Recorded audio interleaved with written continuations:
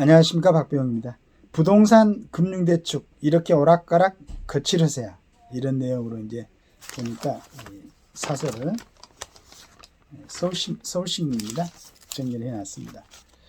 무주택 서민들의 내 집 마련을 돕는 디딤돌 대출이 열흘여 동안 한도 축소 이후에 부분 축소로 방침이 바뀌었다. 예상되는 반발과 부작용을 미리 점검하고 현장의 다양한 목소리를 들어 보완하는 정책 수립 과정이 제대로 지켜지지 않았다는 뜻이다. 디딤돌 대출은 연소득 6천만 원 이하 무주택자가 5억 원 이하 집을 살 때 연 2%에서 3%대 저금리로 최대 2억 5천만 원까지 빌려주는 상품이다. 연소득 8,500만 원 이하 신혼부부는 6억 원 이하 집에 살 때 4억 원까지 빌릴 수 있다. 디딤돌 대출과 전세자금을 빌려주는 버팀목 대출이 가계대출 급증을 주도하고 있어 일정 부분 속도 조절은 필요했다. 국토교통부는 지난 11일 가계부채 점검회의에서 시중은행에 구두로 디딤돌 대출 제한을 요청했다. 이에 시중은행들이 담보 인정 비율 축소, 준공정 신축 아파트 대출 금지 등을 시행하면서 수요자들을 극심한 혼란에 빠졌다. 금리의 조정에도 대상을 줄이는 것은 하지 않겠다는 박상우 국토교통부 장관의 지난달 발언과는 어긋난다. 반발이 커지자 국토부는 지난 18일 해당 조치를 잠정 유예했고 그제 비수도권 디딤돌 대출은 축소하지 않으며 유예기간을 두겠다고 발표했다. 처음부터 당겼어야 할 조치들이 왜 이제야 거론됐는지 묻지 않을 수 없다. 정부의 거친 정책은 어제 오늘의 일이 아니다.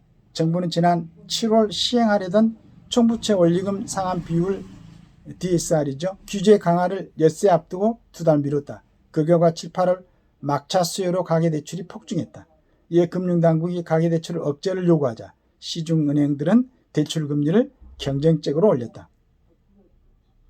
김병한 금융위원장은 어제 국정감사에서 디딤돌 대출 한도 축소 논의는 했지만 국토부가 판단에 결정했다고 답했다.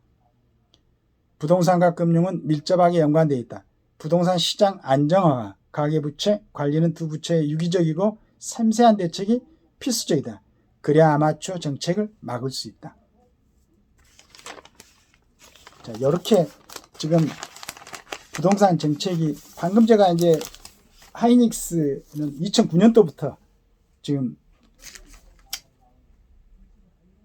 세계 최초로 HBM 반도체를 개발하고 10년 이상을 연구하고 지금 이제 그 효과를 발휘하고 있는데 전 국민을 대상으로 하는 부동산 금융 정책을 갖다가 이렇게 10일 내에서 한도 축소를 하고 유예했다가 부분 축소로 이렇게 바꾸곤 이런 정책이 돼서야 되겠습니까?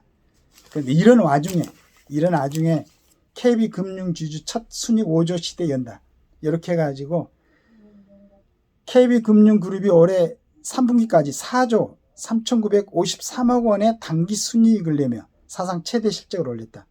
은행 이자이익이 늘고 그래서 KB금융의 실적 개선은 가계 기업 대출 등 대출 자산 확대에 따른 이자이익이 이끌었다.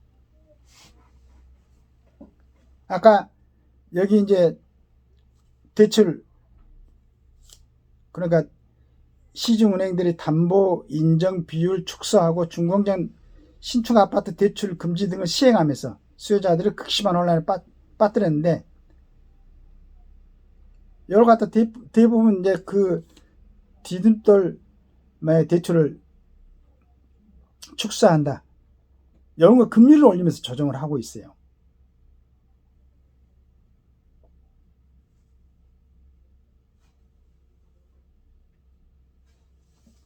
그냥 이렇게 되면 진짜로 필요한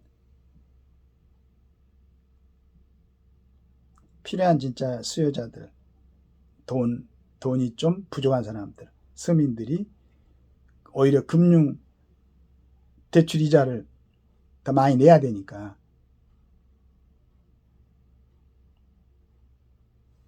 아주 전문가가 제가 아닙니다만 얼른 생각할 때 이런 게 왔다 갔다 하면은 은행에서 금리 올려갖고 그걸 조절하죠. 첫째는 그렇게 되면 은행은 이익이 남고 서민들은 또 어려움 속에 빠져. 이건 한번 전체적으로 이렇게 천천히 시각으로 고려하면서 좀 정리해야 되지 않을까 하는 생각을 합니다. 감사합니다.